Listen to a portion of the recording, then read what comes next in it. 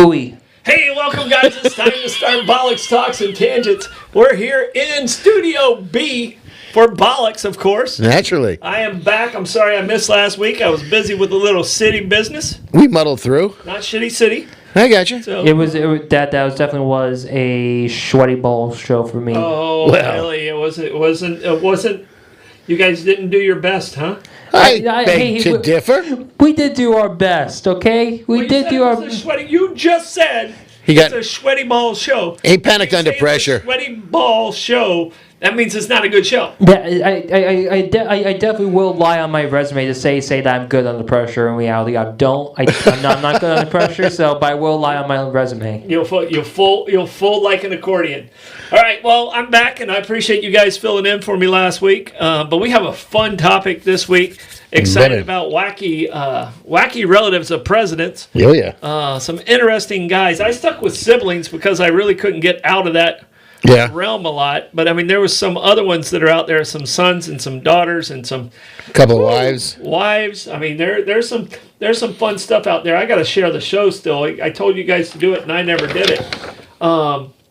Oh, yeah, Brad Pitt. Yeah. We got an exciting show, without a doubt. But we got to talk about our sponsors, and I'm going to let you start off with me, Hans, while I'm sharing this show. I was just there on Monday night. My friend Caleb made me two beautiful Grey Goose martinis, frosty cold and delicious downstairs in the pub. The fire tables lit outside because it was a little bit crisp. But man, what a beautiful place that is. I'm trying to remember what I ate. It was so long ago. Oh, there you go. My sound wasn't off. Oh, boy. There you go. Yeah, we had a great time down there in the pub with my sister-in-law and my niece, and Caleb took very, very good care of us. It was quite delicious. Oh, I had the crab cakes, as a matter of fact, for the first time, and they were really very good. A lot of good chunky pieces of crab, little pineapple chopped into that.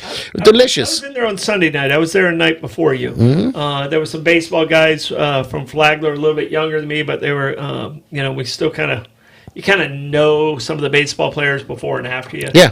So those guys were in town. I was over at Teeny, and one of them walked in and said, "Oh, such and such is over here, and such is over there." And I was like, "All right." And then we went over and told baseball stories, which Right. I get. One does. I get better every year.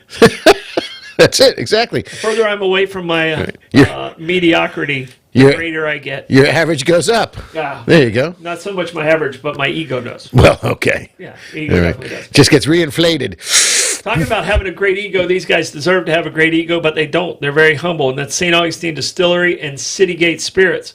These guys know how to do spirits and liquors right. Liquor Their good. tours are amazing. Number one distillery in the country. Yeah. As far as a tasting tour goes. Just phenomenal. If you haven't been there, make sure you check it out. Citygate Spirits, located right across from the fort there, and St. Augustine Distillery, located on Riberia. And I think their product gets better with time, not necessarily with age, though some of the bourbons may if they stay in the barrels longer. But when they first opened 10, 11 years ago, I wasn't necessarily partial to their clear liquors, and it might have been just the Florida cane sugar that they were using, but I think they've really kind of refined that. I don't know if they've made any changes to the recipes, but I was drinking gin last week on the show, and it was really delicious. Yeah, and I'm not really a white liquor guy, so I Right. appreciate you guys. Yeah, no, it was very... knocking out the white liquor day. Yep, without- exactly. Okay, Abare, Kresge and Associates. Talked to Billy today. Just such a wonderful dude. He handles all our stuff for Home Again, and he handles all my different businesses that I happen to be involved in. And there's just not a better CPA in town, Abare, Kresge and Associates. St. Augustine Pirate Museum. All right, you've been several times. I've been several times. It's just a wonderful experience for all ages. You're not going to go in there and not learn something about pirates and privateers and the difference between the two. Yeah. Give them a chance. They have over 800 original artifacts there. One of 3 Jolly Roger flags. Just a really, really cool experience. All right, here's a place I haven't been to in a couple weeks, and I'm craving to go there. I'm not going to be able to get there tomorrow, but we definitely have to plan to be there, and that's Kaiser's Deli. Next week, and we'll pick a Market. day. We Absolutely. need to get there, and don't leave off the market part because he's got some amazing stuff in there from local vendors. But Kurt Kaiser, incredible job. Blake likes the White Street. I like the Bollox, and you kind of mix it all up. Yeah, pick a day of the week. Yeah. Give me a hot ham and cheese any day. Yeah. All right. New sponsor, the Vault and Company. It is not just your average pawn shop. No. They have some amazing coins. They have probably the best selection of coins if you're a coin collector in town. Get over there, and they call themselves a pawntique. Exactly. It's a classy joint. It is a classy joint. Classy joint, yeah. And Brian and the crew over there, they're very, very knowledgeable. When you go in there, you're going to feel like you're getting treated right. That's nice. It helps. All right. Did we mention the city gates? Yes, we did. We mentioned the city gates. I know we did. I know he did the big boy. I don't know if we did the little baby. We did. Excellent. We kind of blended them all together. Oh, okay. Well, we are mixologists of a certain nature. Yes, and that's working getting your spirits properly balanced. Yes. And I'm drinking Basil Hayden tonight. Yes. One of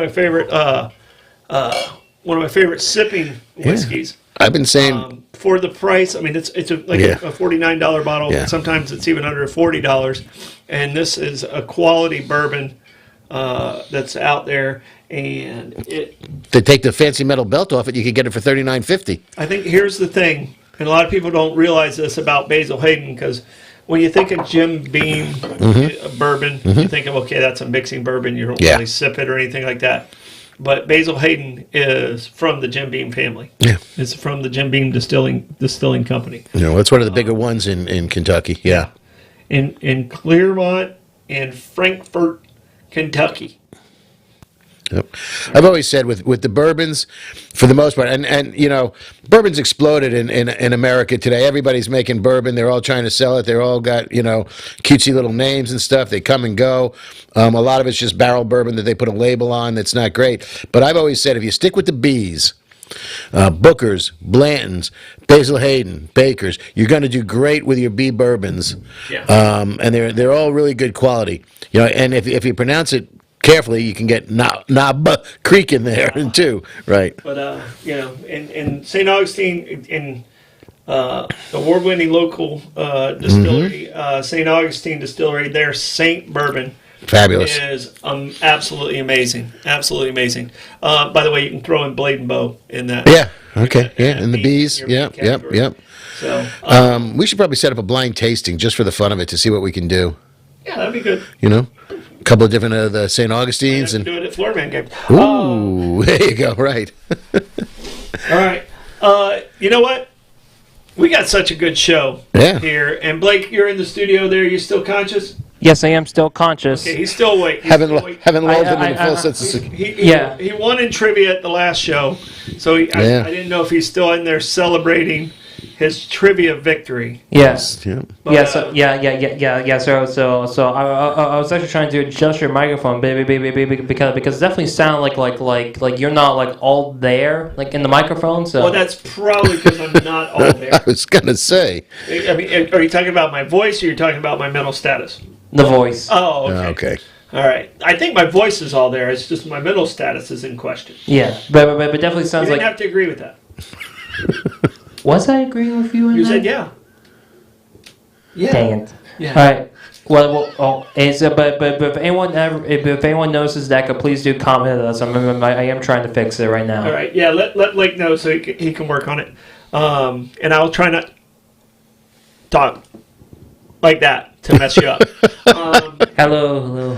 All right. We have word origin. We do. All right. And we're talking about presidents and the relatives. And what is your word origin? My word origin Does it associate with tonight's topic? It does not, for a change. How do you like that? Whoa! Yeah. Mine does. It's about time we traded roles. Yeah, It's Freaky Thursday. Yeah, well, I missed 1 week. I felt like I had to come in strong. All right. Now you go to places, and it always used to be a business expense. The VIG on a credit card fee. You pay your credit card, and for years, the businesses, the restaurants, the stores, whatever it was, they would pay the 2.5%, 1.5%, 2%, unless it was American Express, which could be 3%, and they would pay what their processing fee for your bill. Nowadays, almost every place you're going to now It's an upcharge. is they're figuring, right, they're making you pay the credit card VIG, which is short for vigorish. And vigorish, When I think of VIG, I don't think of credit cards. well, it's sort of the same kind of thing, though, definitionally speaking. Yeah. It's vig or vigorish is from a Ukrainian and or Russian word meaning winning or profit. The Ukrainian word was vygrash, vigrash. The Russian word was vigorish, vigrish. And basically, they came into existence about 1912 in the context of a charge taken as if by a bookie or a gambling house to keep the odds in their favor, so that they're not losing money. So they'll take a little vigorish off of that. So if you're betting, it's not an even money bet. If it's you're minus you gotta 110, pay the big. You always gotta pay the right, big. exactly. Yeah. But now another definition of it, which is where this comes into context, is interest paid to a moneylender. So that's That's interest. Yep. That's just interest. Well, that's the definition of vigorish is interest paid to a moneylender. Yeah, that means, I guess they're gambling whether or not you're going to pay it back. Yeah, so I that's that. I always associated VIG with a Bookie. With a bookie. Yeah, for sure. Yeah, so. But, it's... Not that I know any. Well, it's, you say vig, I say vigorish, you say fee, I say credit card fee. Yeah. So, Do you call it vigorish? You actually say vigorish it is the real word, yeah. out? Yeah, you actually say it out? Who actually says it out? Well, I don't, but I like saying it. It's a fun word. Okay. Vigorish. Vigorish. Sort of like licorice, but I was different. going to say I don't like licorice. Well, you don't like vigorish either, I promise you. No. 'Cause the VIG doesn't exist when you win. It exists when you lose. Right. So, and then you lose a little bit more. Exactly. So, And then you try to recoup, and then you lose a little bit more. yeah. So, All right, what do you got for me? You got any bets tonight? Any VIG being paid? No, not tonight. Okay. Not tonight. I did a couple college baseball bets. Did you? Yeah, just to see how I did. So It'll get a little bit more obvious as we get middle of March for the madness. yeah. So I'm excited about it. All right, I got silver spoon. Okay. Born with a silver spoon in your mouth. I wanted to see where that came from, and the first time it was used in written form was in Don Quixote Really? in 1719.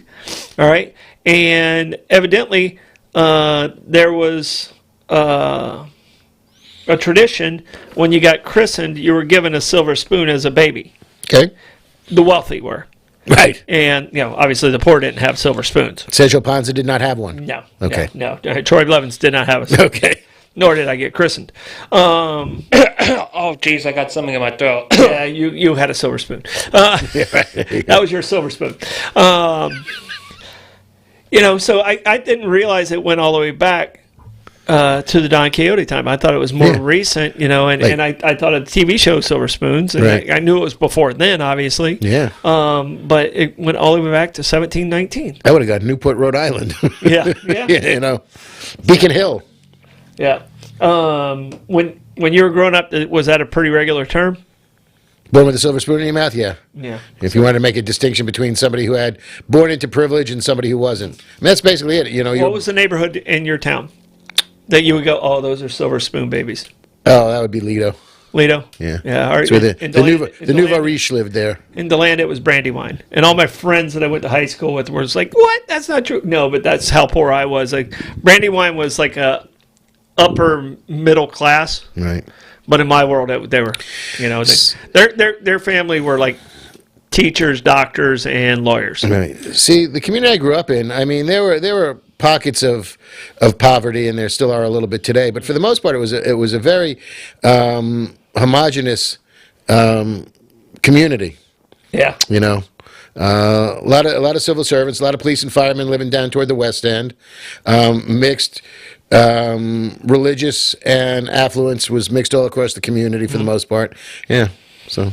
Yeah. So, Blake, what would you consider your silver spoon community? Would it be Marsh Creek? Is that kind of? Yeah, I think I would definitely say like Pond Beach, Sawgrass, definitely near Sawgrass is definitely that's where like most of the brats are at. Brats. Well, not all of them are brats. All right, well, we're talking crazy relatives Ooh, baby. of presidents. All right, and I have a list of the top 10 siblings. Okay. All right. And there's some pretty wild ones out there. Pretty wild brothers and sisters out there. You got mostly brothers. You got some crazy ass sisters? Yeah, there's some crazy sisters also. But which president do you want to start off with? Let's do some low hanging fruit. Okay. And that's Billy Carter. Oh, okay. You know, Jimmy Carter's brother Billy. Not a highly regarded individual, but he was a lot of fun. A brewery put his name on Billy Beer, which was not a very good beer, I don't believe, to be, and the brewery went bankrupt. He got arrested for public urination in an Atlanta airport. But the big kicker was eventually it turned out nobody knew that he had opened his own diplomatic relations with Libya. He did a little backroom diplomacy on his own with Libya. Finally ended up becoming a paid lobbyist for Muammar Gaddafi, and he earned about $250,000 for doing that. Yeah. So that was Billy Carter. Yep. And his Billy Beer. Yep. Well, he accepted a loan.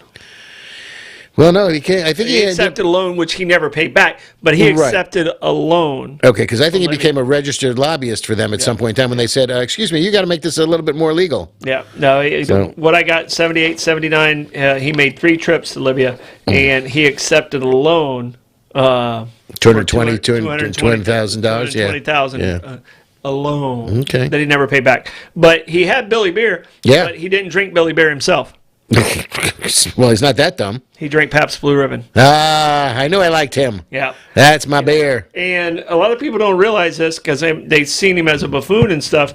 Wait, hold on. He never actually drank the beer, despite the can saying, "I had this beer brewed up just for me." He did drink the beer for political and pictures, but his beer of choice was Pabst Blue Ribbon. Right. Good. All right. Good beer. But Billy took over the farm. The peanut farm. The peanut farm. Okay. For Jimmy. Yeah. When Jimmy was in office there. The only problem is Billy wasn't good with the taxes. So Billy had the IRS pretty much on his back the entire time when he was running the farm. Huh. And the other thing is he got in trouble for insulting Jewish people. Shocker. Yeah. So he was just one of those good old boys, and they actually made a sitcom spoof about his life. Really? Like, it was called Cotter Country. Okay. It was about a small town mayor, because he became mayor of Plains also. Billy did. Yeah. Okay. So it was about a small town mayor, and it ended up being I think it ran for about 2 or 3 years. Like, see if you can find the sitcom Cotter Country. Tell me what years it ran. So I think that's the only relative that had a TV show that was actually kind of after him. Well, it was from 77 to 79. Okay, so it's about 3 years. Well, he might not have had a TV show, but Roger Clinton Jr., Bill's brother, tried to get into the movies. He wanted to be a star. He was in Pumpkinhead 2, Blood Wings, Spy Hard, and Biodome. Okay. All thrillers that are right there up here. All very highly sought after by critics. Well reviewed. I can't believe Biodome got snubbed by the Academy. It was terrible. It was a true oversight. Wasn't that Pauly Shore? Pauly Shore might be, yeah. Yeah, I think it was Pauly Shore. I mean, he should have clearly won for Best Actor. And it sounds like Roger got snubbed as Best Supporting Actor. Oh, yeah, but he sniffed it right off because Roger he did a year in the pokey for cocaine dealing. Yeah. He was holding it for a friend. Yeah, well, all I know is he was under FBI investigation for accepting money to try to get his brother to commute some drug pardons. So he's taking money for that. And the be-all and end-all of it was Bubba Clinton pardoned him, commuted his coke dealing sentence. A month later, the guy gets picked up for DUI and then shot it all to hell. Well, he got another DUI in 2016. Oh, more recently. Yeah. Wow. You know what the Secret Service code name was? What's that? Headache. Yeah. He was such a pain. He was such a pain in the ass. Secret Service called him Headache.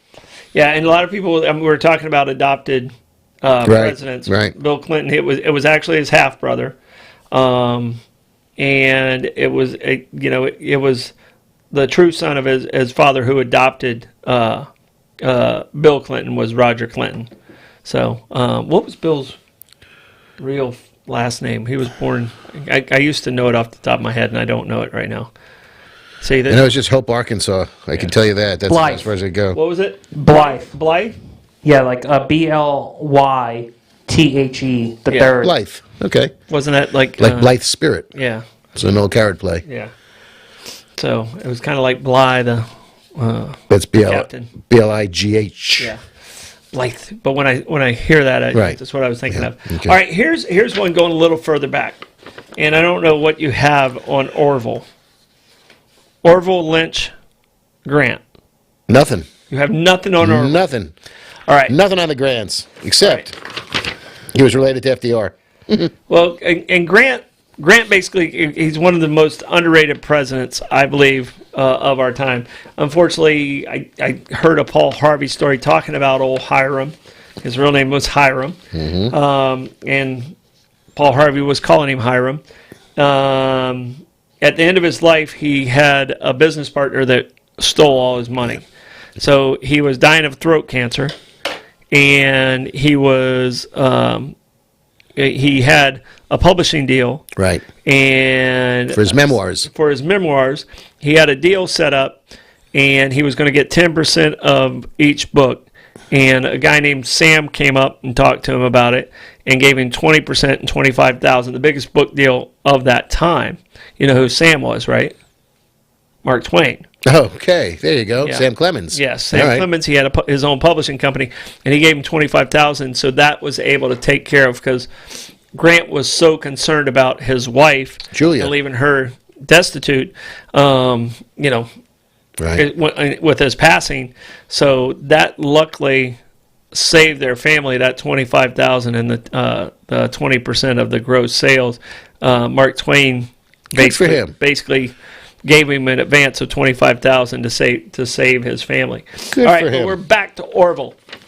Okay. Orville Lynch Grant, the corrupt younger brother of President Ulysses S. Grant, was rumored to have been a pretty shady guy who was always looking to make a quick buck. As a young man, Orville ran the family leather shop with his other brother Samuel in Illinois before relocating to Chicago. He went to Chicago. Things always go downhill when you move to Chicago.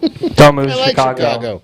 He also happened like to be Chicago. involved in one of the many, well, yeah, but you didn't live there, many scandals that rocked his brother's administration. In 1875, Grant's Secretary of Interior, Christopher Delano, was accused of mismanaging provisions and land in the West, as well as taking bribes for land allocations. Delano allegedly gave his own brother, John, the president, and the president's brother, Orville, positions within the agency, but neither man ever worked there. Oh. They didn't show up at work. They just gave him a paycheck. Orville was also connected with his brother's Secretary of War, William Belknap, who took kickbacks on trading posts in the West. Yeah. All right. As a result, the traders would raise money just to cover the payments to Orville and Belknap, which the consumers, many of them soldiers, complained about publicly. Then the Senate investigation of the bribes, General George Custer went on record against Orville and Belknap as well. So Custer even ratted out the brother of the president. Orville then went on to work as a lawyer in New York with a lawyer named J. H. Smith, and two men allegedly swindled a widow out of her money using the president's name to do so. The relationship between the two men broke down later in lives, perhaps due to the intervention of the First Lady Julia. So Julia ratted him out. Orville reportedly died in an insane asylum at the age of 45. Wow. That'll get you for being an evil person. Yeah, get it together, Orville. Right. Yeah, so that one to me, I didn't know that story, and I know a lot Not at about all. Grant, and I never had heard Not that at story all. at all. So, Who you want to go to next? Well, we can do a couple of quick ones. We can get back into the 20th century. And you've got Sam Houston Johnson. Oh, yeah? Good Texican. Lyndon's brother. He liked to drink a lot. And when he did, his loose lips would sink ships because he would start giving away secrets. So they brought him to the White House and kept him in the White House for a while. I don't know what duration or for how long, but he had a Secret Service handler to go with him anywhere when he was drinking so that he wouldn't repeat confidential information. So that was kind of interesting for that one. And similar to that, you had Donald Nixon, who was Richard's brother. That's where I was going to go next. Yeah. His brother didn't trust him at all and had his phone tapped because he was just scurrilous. Well, and Nixon was just big on tapping phones anyway. So, well, I mean, what I found interesting about Donald was a little bit older than Richard, and they grew up in California, and Donald ended up having a business relationship with Howard Hughes. Right. When Richard was vice president. Right. He borrowed money from him. He borrowed money to bail him out, and he never repaid Howard Hughes. And evidently that fact played into the presidential election in the 1960s.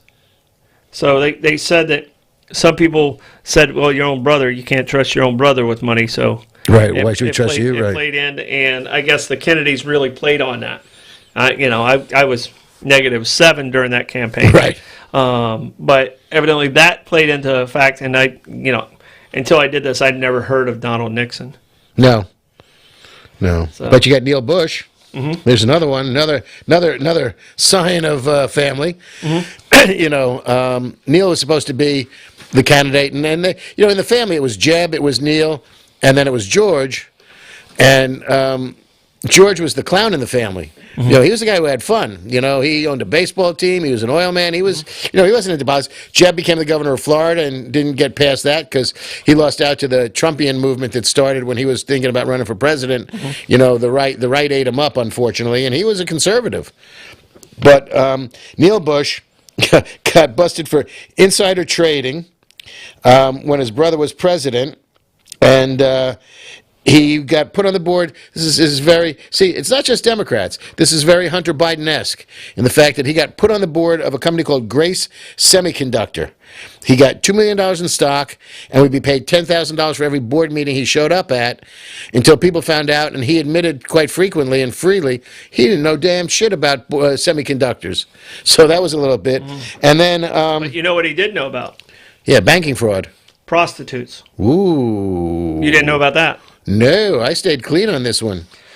Unfortunately, Neil didn't. He admitted to numerous encounters with prostitutes in Thailand and Hong Kong. Neil. Come Shameful. on, Neil. Well, he also had a bank called Silverado Savings and Loan, which failed, and the government bailed it out for $1 billion. So they covered his ass on that one, too, and he ended up paying a mere $50,000 fine for that. His dad was VP at the time. Yep. So. Yep. Yeah. So old George W.'s brother. Yeah. He basically went through a very nasty divorce. A lot of things his wife came out with. Smith, here you go. This is one of the interesting ones. One of Neil's friends accused Smith, his ex-wife, of taking some of Neil's hair in order to conduct a voodoo ritual on him. Smith claimed the hair was used to test for his cocaine use. He also faced accusations of what the heck? No, that's not right. There's a different person. It's a different person. Just being a shady person and with other women. Woman named Maria Andrews, who he is now married to. Okay, well. So all that was going on all at once. Poor Neil. Poor Jeb. Yeah. Jeb. He got the short end of the stick somehow. Old Jebber. Yeah. Jeb's a tall dude. Oh yeah. I unfortunately met Jeb while I was wearing tights. Little Robin Hood or a Peter Pan action going on there? I was Ponce de Leon. Ah, there you go. And it was St. John's County Day. I was the one who fit into the outfit. So when I met Jeb, I'm sure there's a picture out there with me and Jeb, because he towered over me, and basically I was wearing a Ponce de Leon outfit in the Capitol, shaking hands and taking pictures with politicians. Here you go. As one does. Yeah, because I mean the first Florida man. Mm-hmm. Not technically. Well, the Temucans were well before. Right. The first. Right. European Florida man. Right. How about that? Well, didn't he typify Florida as La Floridia? Yeah, La Florida. Yeah. So, yeah. Because all the flowers. He named it. Yep. Yeah. So, So that was one of the really strange ones. All right, I'm gonna jump. I'm gonna go ahead and let's do some sponsors. Sure. All right. Let's talk about the Vault and Company. These guys right now, they're located on US 1. Right north of King Street on US 1. Mm-hmm. A beautiful location. The Vault and Company, they have amazing coins, jewelry. I got a nice Valentine's present there for Rebecca. They got some luxury handbags. They have some amazing handbags in there. One of the more impressive Louis Vuitton. I saw more selection in there than I did at the Avenues. Yeah. Not the Avenues, the Town Center. Okay. They have an amazing collection of handbags, about 60% of what the cost would be if you go in there and check that out. All right, Kaiser's Deli and Market, incredible sandwiches. Kurt Kaiser, on White Street, right there on Anastasia Boulevard and White Street. The Bollox, incredible sandwich. Like to get it pressed, get it a little heated Toasted up. Yeah, the bread toasts up beautifully. So, all right, St. Augustine Pirate Museum. Give us your thoughts on them. Scavenger hunt, great for children, great for groups. The Jolly Roger is the draw there, but you can learn an awful lot about pirates. And I've said this before. You watch a show about pirates or some of the seafaring scoundrels back in the 15, 16, 1700s, and they're all laid out there. Well, not like by a mortician, right? Yeah, not we're not waking them, because they're all sleeping. But it's interesting because it tells you, who was executed here, and they're so accurate because it just shows you that some of the shows that we've watched, Pirates or Black Sails or things like that, are really fairly accurate in their description of the pirates, and you can get that reinforced by the Pirate and Treasure Museum, which is great, and you can shoot cannons. Yeah, that's Maeve's favorite part. Yeah, you can shoot cannons. Yeah, the below deck pirate attack and shooting the cannons is Maeve's favorite part.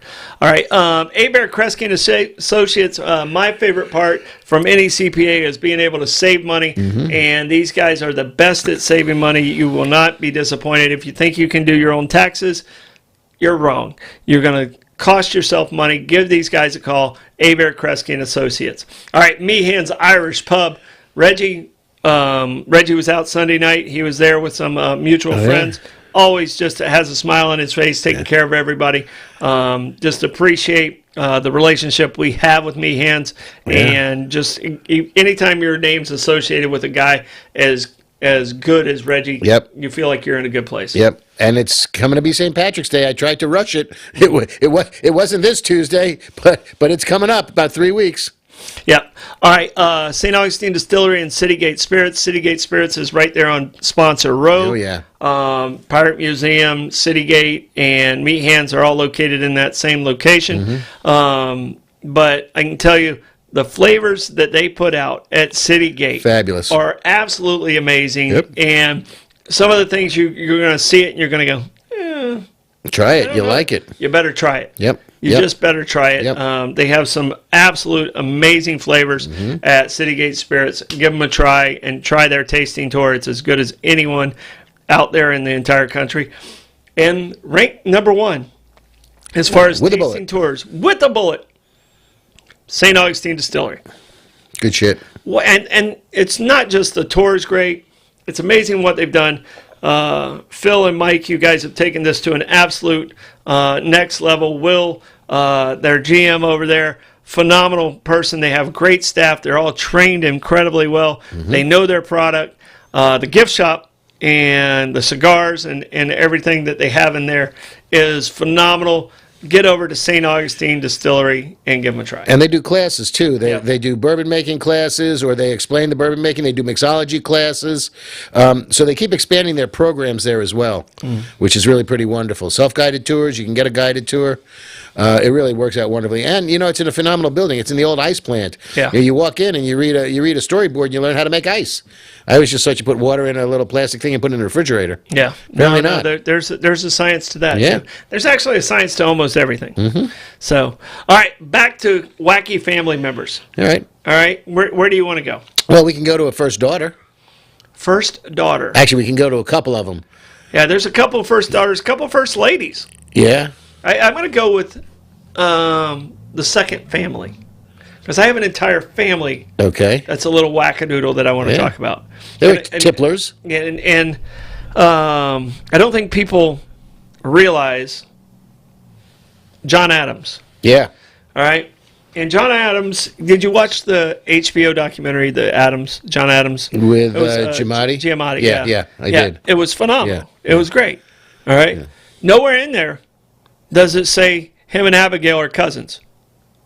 All right. They talk about the amazing love relationship and the love letters that go back and forth and their friendship and stuff like that.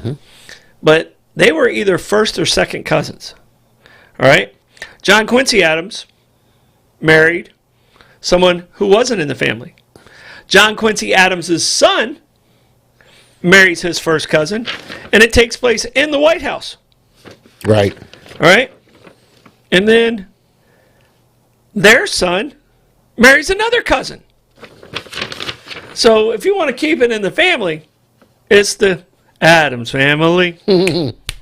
But I'm talking about Charles Adams. All right? Well, there you go. Right. John's son, John Quincy Adams' brother. All right? Unfortunately, he had a drinking problem. He was sent overseas with his father. He was very homesick for his mother. At a very young age, he kind of always suffered from melancholy or what we would call depression. He was expelled from Harvard. Yep. He became a very heavy drinker. And in 1799, John Adams renounced Charles, calling him a mere rake, buck, blood, and beast. Charles sunk into a deep, deep alcoholism and debt, abandoned his wife, and died a year later. And, to make that matters worse in that family, John Adams had a son, John, who died of alcoholism while he was in the White House. Yeah, well, that No, John Adams, not John Quincy. No, this is John Adams's son. Right. John Okay. Adams's son. Right. Charles. It was Right. Charles. Right. Oh, I thought his name was John. No, his name. Oh, where I saw it, his name was John. No, John Quincy was the only one named John. Okay. It was Charles. Well, because the other guy was dead. Yeah, Charles Adams died while John Adams was in the White House.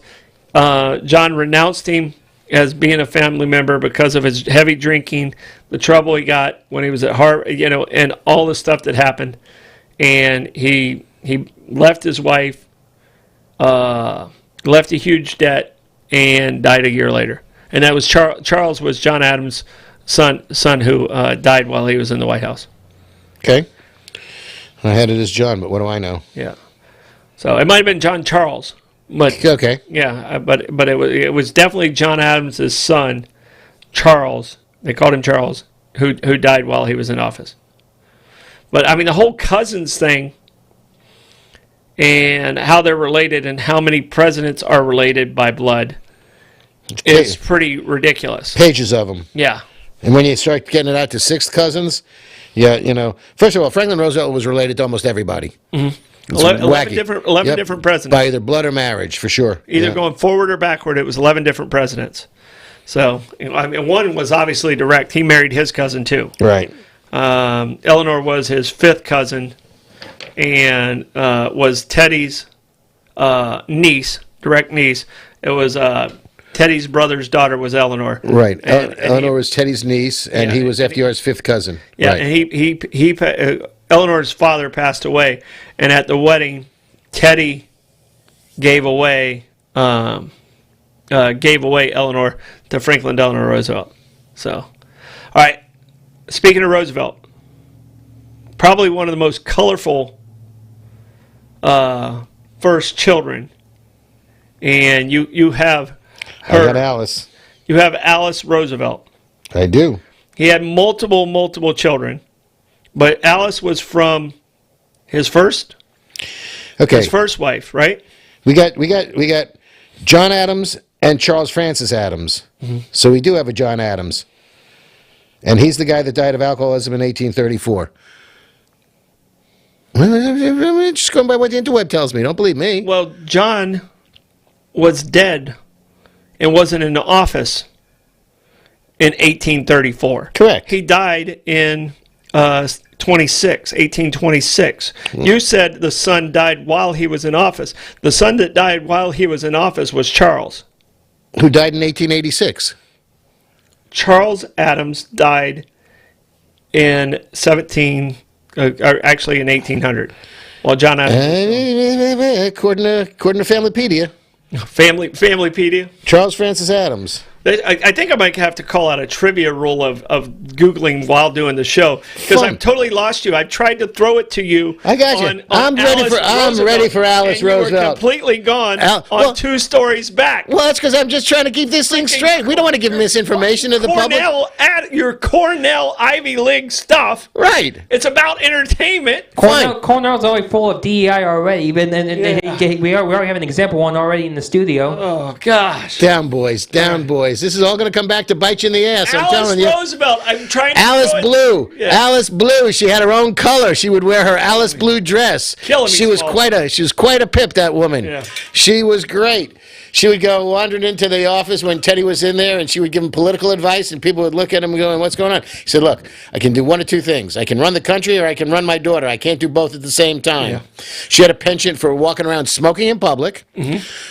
Bringing back to vigorish, I guess it did. She would bet with bookies. Mm-hmm. So she'd walk around with a snake on her dress, freaking people out. She was quite the pip. She was. And at one point in time, she was, not allowed to smoke in and around the White House. So she called a press conference on the roof of the White House and lit up in front of the press.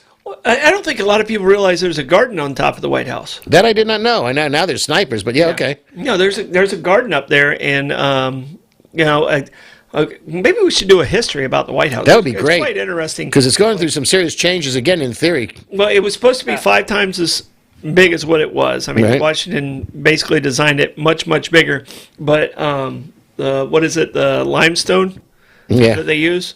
They couldn't get enough of that. Yeah. And then they ran out of money, and then a lot of other things. And Charles Adams was drinking too much. And right. See? So he drank up all the profits. Poor dead Charles Adams. So wonder if he married his cousin. Maybe. So, but Alice, to me, was one of the she was fabulous. One of the most amazing characters that I read about. Yeah. And but she always wore blue. And it was called Alice Blue. It was her own color. It was her own shade of blue. Yeah. You got to be pretty cool to have your own shade I think of so. blue. It's baby blue. I've looked it up. Killjoy. I'm sorry, Lenny, for being a killjoy, but it looks just like baby blue. You could be Eve Klein. Eve Klein made his own color blue, and it's a beautiful shade of blue. A lot of indigo in it. Eve Klein blue.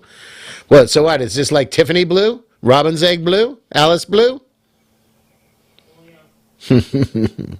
So.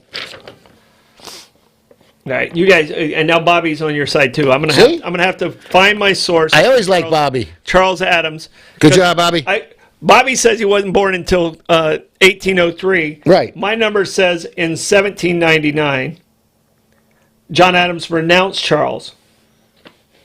Which is pretty tough to do when he wasn't born 4 years before he was born. Boy, that was talk about being psychic or psycho. 4 years before he was born. Right. So I want to know how that happened. He had a premonition. Yeah. This kid's going to be a problem. Yeah. And I do always accept apologies. I'll be sending you Wikipedia citation. Actually, you're going to be going to Wikipedia and changing the citation. I'll be changing it myself. Here's $3. Change this now. Let me refill. Too funny. Yeah. So, you want to know who Barack Obama's related to? Just for a little tangential tangent here? Well, I can tell you this: his brother was an interesting character, is an interesting character. Malik.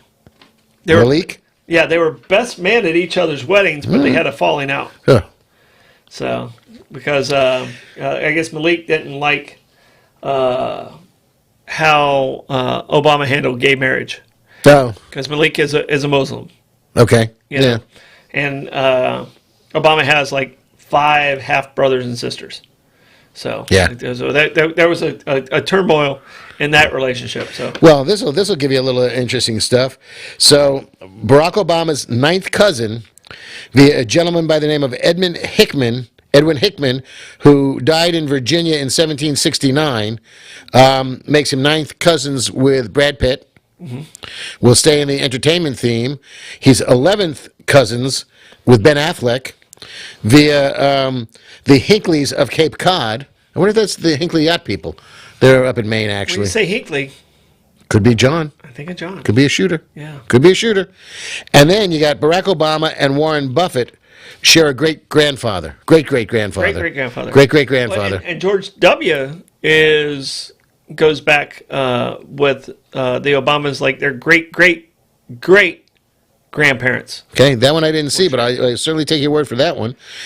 Maureen Duval came to Maryland in the 1650s as an indentured servant. Okay. And he is both Warren Buffett's 6th great-grandfather and Obama's 9th great-grandfather.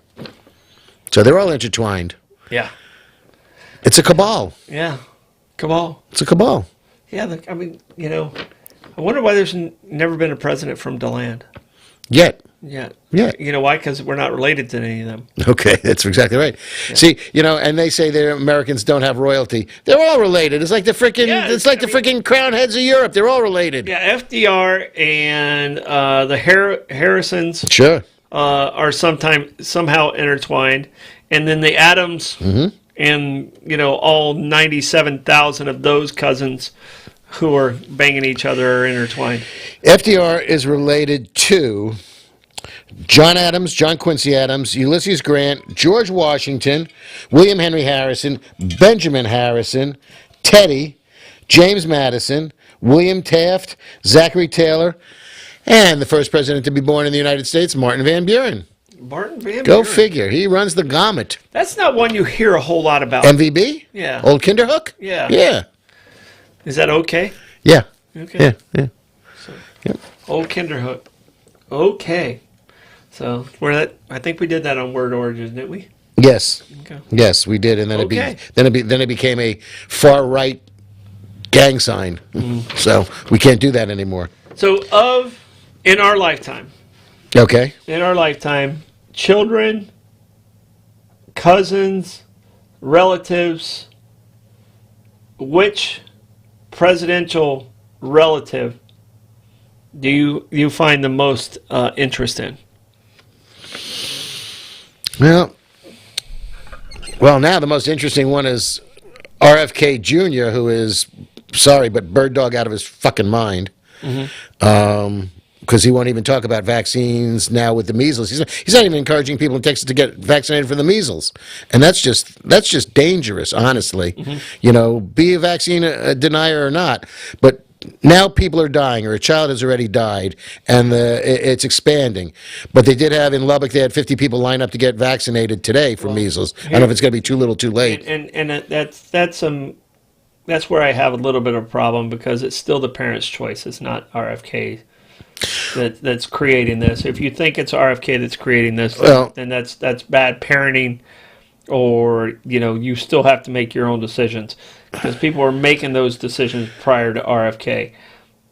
So would you say that in his position as Secretary of Health and Human Services, he does not have a responsibility to encourage or discuss fairly about the potential for vaccines and the fact that there hasn't been a measles death in the United States for a child since 2003? I think it should be a parent's choice. Okay. And I can tell you, because I know. have a very, very unique perspective of this, right? And view of this, because Blake and his brother met all their goals until they took their vaccine. I don't think it's the vaccines individually. I think it's the way they stack the vaccines together. We've talked about this, yes. With the pharmacies and that. I think you're already predisposed to be susceptible for some negative reactions to vaccines. You know, Blake and Ty, I can't imagine not giving them the vaccines individually. But I would do things differently as a parent because there's certain challenges that children face that it might have been a situation that could have been avoided.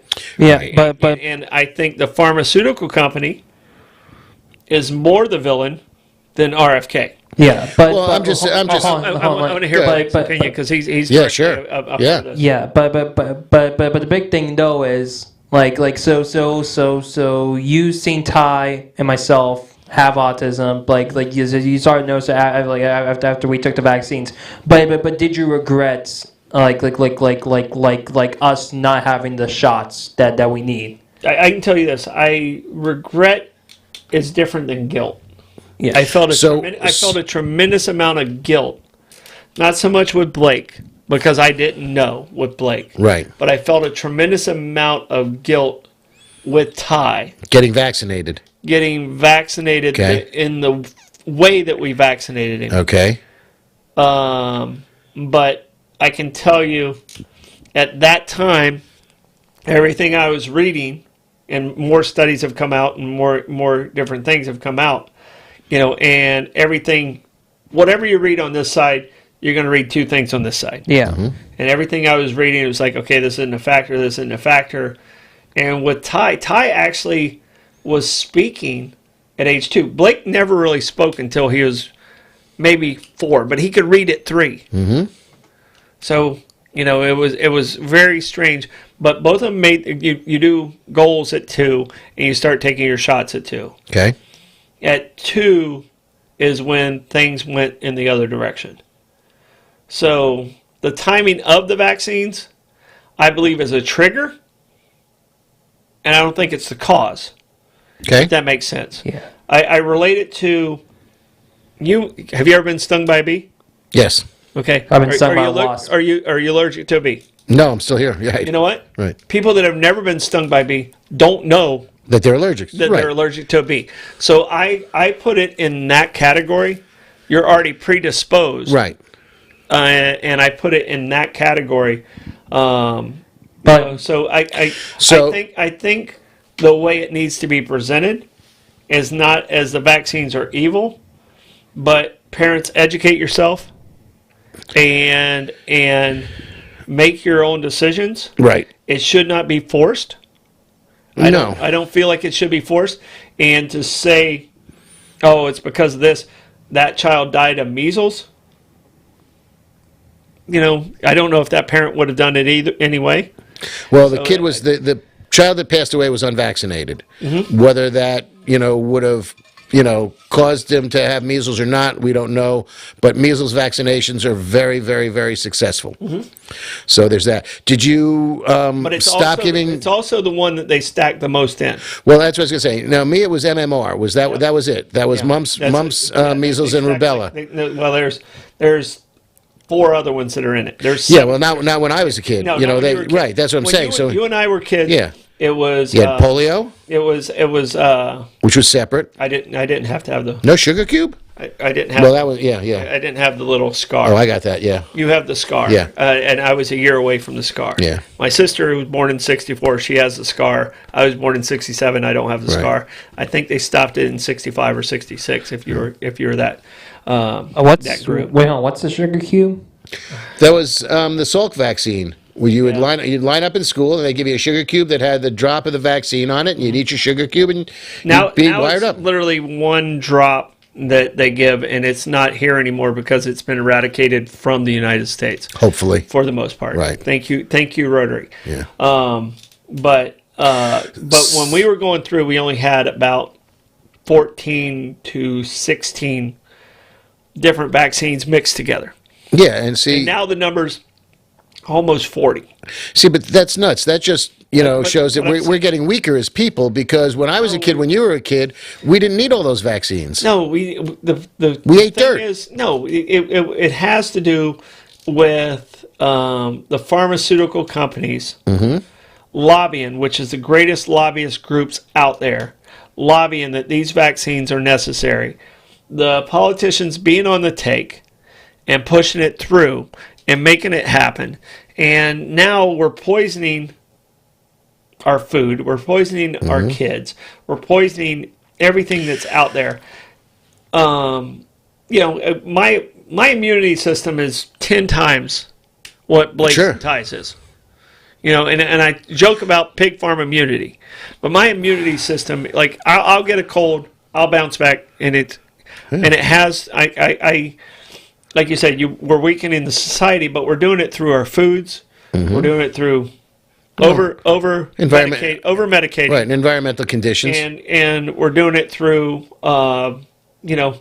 there's no such thing as suck it up buttercup anymore. Well, We have to be sensitive to everyone's needs, and we have to hug, and we're failing the next generation by coddling the next generation. And I'm a helicopter dad, and I hug and love my boys along with the best of them. But I'm not so sure we're not failing an entire generation because of us Gen Xers right. that were kicked outside, come back when the lights go off. Yeah. I was home by myself at age 6, and and that was common. Oh, absolutely. Well, first of all, it was a much safer, calmer world at the time. Was it though? I don't think it was. You know what? I don't well, think it maybe was. there was less I don't information, think- but I you don't don't hear think people, I don't kids being think grabbed human off the street. I don't think human nature's changed. No, but society has. Neighborhoods were paying more attention. Now people are so wrapped up in their phone, they don't see a kid getting gobbled up by somebody on the You kind of street. kept it in the family, and you didn't say anything. You were just Well, that was a whole different thing, but yeah. that was a whole different Yeah, for scary sure. world that I hope, and I'm very happy my boys never had to live through. Did you finish all the, at 2 when you realized that there was a reaction to some of their vaccinations? Did you finish their vaccinations or did you stop? It didn't really register. Blake was already, we diagnosed Blake, I think, at age 3. Ty was already 1 at the time, and we thought it was kind of an anomaly. He was barely on the spectrum, so most of the shots are done before they hit the age of 3. So Blake and Ty are only 22 months apart. If they were a little further apart, I might have handled Ty differently. But Blake was he was well above. Like I said, he read at age 3. It wasn't, and I'm not talking like read like rote memory. Right. He read Treasure Island at age 3. Yeah. But He And knew wanted all to be his a pirate, capitals. right. He knew all his state capitals at age 3. Well, we might need you to can't- sit in on trivia. He can't do it now. Right. shut up. blame the COVID vax. Yeah. Oh, great. Another vaccine. All right, but honestly, but my big thing is like do you like it's not necessarily like do you regret not pacing out more? It's just but for like each individual, like let's say do you regret giving me like the meat like you definitely don't regret like me having the measles shot. You don't regret me having like all the different shots that are required. Like No, All right, so- I regret the pattern in which we gave it to you. But I still definitely believe like those shots were still beneficial to me. I believe they have value. I don't know at this point because I've gotten more cynical. I don't know how I would have handled it at the age I'm at right now. Right. I mean, we have a very young person in our life right now, and we're much more cautious of that. Sure. And we're definitely handling things differently. Well, coming back to the RFK thing, he hasn't said anything. He's been asked directly, HHW or HHS, depending on what day of the week they call it. Have been asked to weigh in on this one way or the other or nothing, and they haven't answered. It's been radio silence unless something changed in the last 3 hours. I mean, do you actually want to listen to RFK talk though? No, but he's in the position that he's in. He can certainly come out and say, "Look, most of the people know my position on vaccines, and what Troy is saying is that it should be a personal decision to make. Here's the information on vaccines. Do with it what you will, but they've proven valuable in society to date. Now there's some question on whether or not the efficacy is there or valid or worth it. But he can't not say something because at some point in time, part of his role is to allay the fears of the country in that position. And if he's not saying anything, he's not doing the job. But you need to understand the risk. If you don't take this puts your child Correct. in jeopardy for these 5 things. Right. But I'm not and I sound a little bit more like an anti-vaxxer as I get older. I'm not an anti-vaxxer. I am cautious. Right. You'd rather them to be individual. Yeah, I'd rather them be individual. Right. I think the way that they were distributed, because it's not just over testing. It's not just this or that for autism. We're talking about 1 in 10,000 to 1 in 44. Now, but just to confirm, there are people that have autism that are unvaccinated, correct? I'm sure. Yeah, there are. There are, but the percentages are much lower. Well, is there autism in the less developed world where vaccines are probably not as prevalent? It's different, so you can't do apples to apples. Well, that's what I'm saying, too, Yeah, because the testing has become so sensitive here now that the recognition of spectrum participation is so much greater. We can't compare Costa Rica to the United States because the testing is so different. Right. And that's a huge factor. So Right. I would love to see actual numbers, but I recognize Well, what about France, England? What about the Western Europe? a lot of them are a lot lower. Okay. A lot of them are a lot lower. But a lot of the countries have they have the same lobbyists on the Right. drug industries. Right. It's not like Pfizer is poorer in Europe than it is in the United States. No, the drugs are just less expensive it's still there. Right. It's still there. So, so those vaccinations still exist in a lot of first world countries. See, the thing is you don't see a whole lot of people dying in countries that aren't completely vaccinated that are out there by themselves of measles. Right. Because the disease never got to them. So you can't compare. It's not an apples to apples. But sadly, if there is an outbreak there, then it runs because there's no defense to it, unfortunately. The Spanish brought the flu to the Americas. And smallpox. Smallpox. Yeah. I mean, a lot of the diseases, the Aztecs, the Incas, and all of those didn't have the diseases that were created from the Europeans being here. And they had natural immunities because, as my wife says, eat dirt and you'll be healthy here. Yeah. Absolutely. Dirt don't hurt. And you mentioned something about, have I been stung by a bee? Did I know or not know that I was allergic? And the thing that gets me about, again, these pharmaceutical companies and the ads, there's a laundry list of very fine print on the bottom of those commercials that said, if you're taking Bumbatsi for flatulence, don't take Bumbatsi if you're allergic to Bumbatsi. Well, how the hell are you ever going to know you're allergic to it? That's just the dumbest thing to put there. That's just CYA. Here's a funny story because we're almost at the end. A funny story, like I was working in DeLand. I worked for a gentleman by the name of Wayne Struble. Wayne was allergic to everything. And we're in a meeting, and there's a bee flying around. I've been stung by a bee. I know I'm not allergic to a bee. A bee's flying around, and Wayne's not really an athletic guy. He's got one good eye. He's he's allergic to everything. He's Milton from The Office, like from the movie The Office. I mean, he's much cooler than that, but that's the best way I can describe him. So what I do is I see this bee, and it's between me and him, and I reach up and I grab the bee.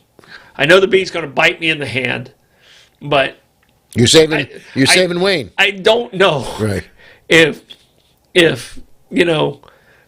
he's allergic. Right. And Wayne sees it happen, and he goes, Troy boy, I was in DeLand. I'm still Troy boy. Right. Troy boy, what the hell did you just do that for? I was like, wait, you're allergic to everything. I thought you might be allergic. He's like, I'm not allergic to bees. I was like, Way to take one for the team, brother. And then I'm having to take my driver's license and pull the needle out of the center of my hand. Right. And he's like, well, I really appreciate that. Right. I'm not allergic to bees. Well, it was your good deed for the day. Yeah. So That's all. It was your good deed for the day. But we were sitting in that meeting, and I just kind of, I see it, and I don't want to make a big deal out of it. I'm 21 years old, and I just reach up and grab it, and like, oh, son of a... Right. And it bites me right in the hand, and he's like, he saw what happened. Right. Like, he didn't make a big deal of it either. He kept talking in his meeting and stuff, and he's like, what'd you do that for? He's like, well, I didn't want you to get bit by the bee. See, that was I knew I wasn't allergic. Just more of the true hero you are, Troy Blevins. I don't know about that. But you don't want anybody, I knew it would just go away for me. You know what? That's the end of our show. Thank you guys so much. A fun show. We still don't know about Charles Adams. Not the illustrator. Not the illustrator. But thank you guys for paying attention. Please share the show. Support our sponsors. They're amazing people. And we'll see you next week. Goodbye. Ciao, ciao.